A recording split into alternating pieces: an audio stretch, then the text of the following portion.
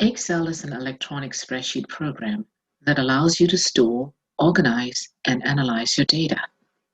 Excel can be used for simple tasks such as creating a shopping list or an invoice or budget.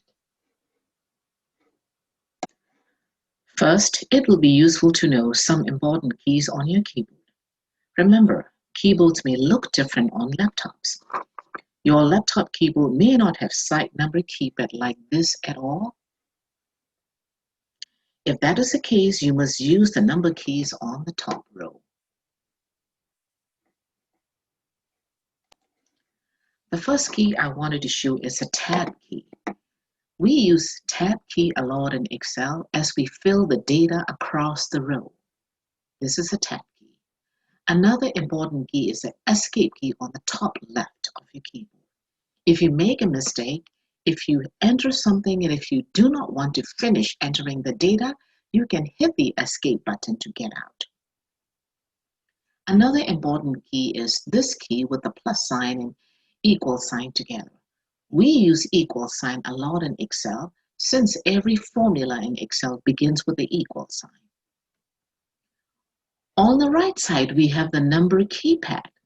To be able to use the number keypad, you must have this numlock key on at the entire time. Another important key is the enter key button. We have two of them, one in the number keypad, the other one on the main keyboard. We also use the arrow keys a lot. When we wanted to move among the cells, we can use up arrow, down arrow, left or the right arrow key.